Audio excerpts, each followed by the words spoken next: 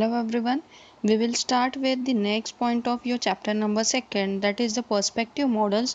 So the perspective models are every software engineering organization should describe a unique set of the framework activities for the software process.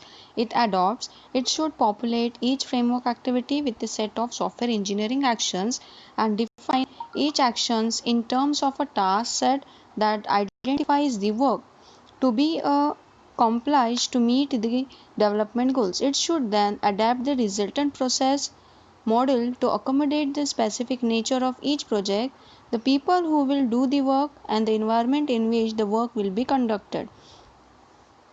So there are the different type of perspective models. We will see here in this presentation we will see the first model, that is the waterfall model.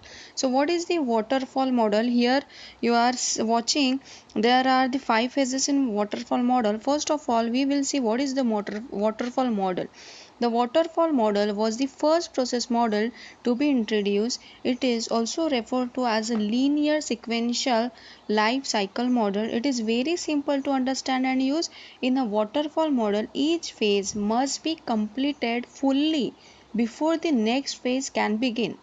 This type of software development model is basically used for the project which is small and there are no uncertain requirements. It means your requirements should be clear before developing your project. So this is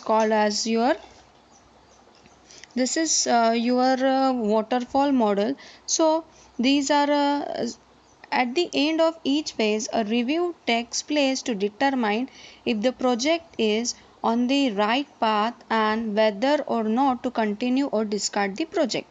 So, as we see in the diagram, there are the different phases in the waterfall model. We will elaborate one by one. Several phases in waterfall model they are explained, such as first one is the we will explain them with simple example of a banking application. So let us assume that the Citibank is planning to have a new banking application developed and they have approached your organization in the 1990s. So requirements gatherings and analysis are so first phase is of your waterfall model. What are the requirements? In this phase, the requirements are gathered by the business analyst and they are analyzed by the team. Requirements are documented during this phase and clarifications can be sought. The business analyst documents the requirement based on their discussion with the customer. So here what you are gathering the requirements from your customer and you are documenting it. Going through the requirements and analyzing them has revealed that the project team needs answer to the following question which were not covered in the requirement document, such as will the new banking application be used in more than one country? Do we have to support multiple languages, or how many users are expected to use the application, etc. So second phase is the system design. The architect and senior members of the team work on the software architecture, high level and low level design for the project. It is decided that the banking applications need to have redundant backup and failover capabilities such that system is accessible at all time. The architect creates the architecture diagram and high level or the low level design documents. Next phase is the implementation, that is modeling, analytic, design, and after that was planning was done. First one is a communication, then planning, then modeling or the implementation phase, that is the development team work on coding the project. They take the design document artifacts and ensure that their solution follows the design finalized by the architect. Since the application is a banking application and security was a high priority in the application requirements, they implement several security checks such as audit, logging features in the application. They also perform several other activities like a senior developer reviewing the other developers' code for any issues. Some developers perform static analysis of the code. The last next one is the testing.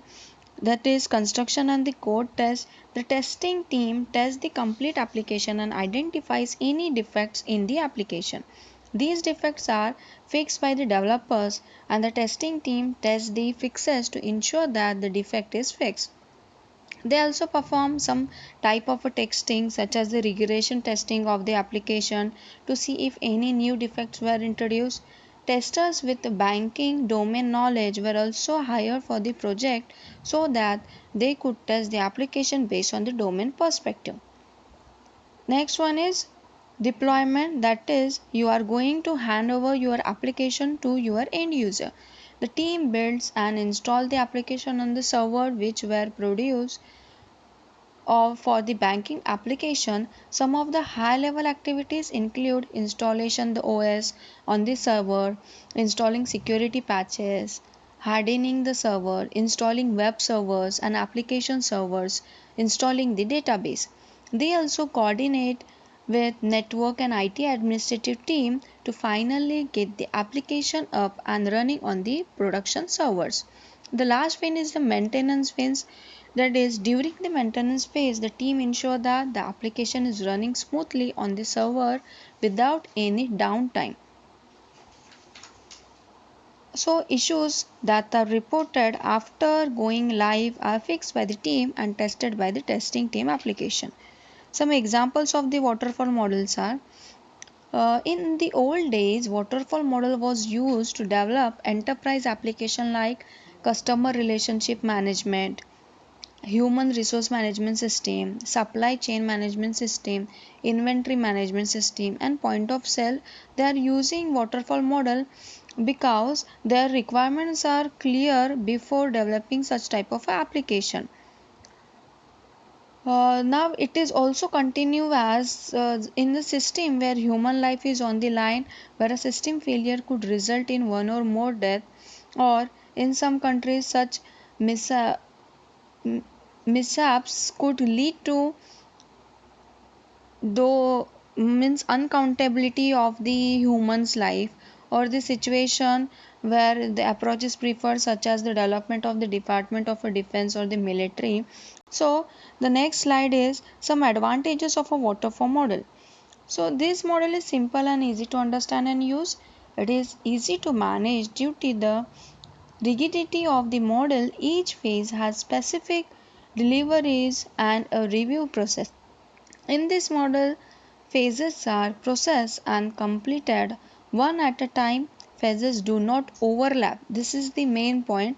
Waterfall model works well for smaller projects where requirements are clearly defined and very well understood.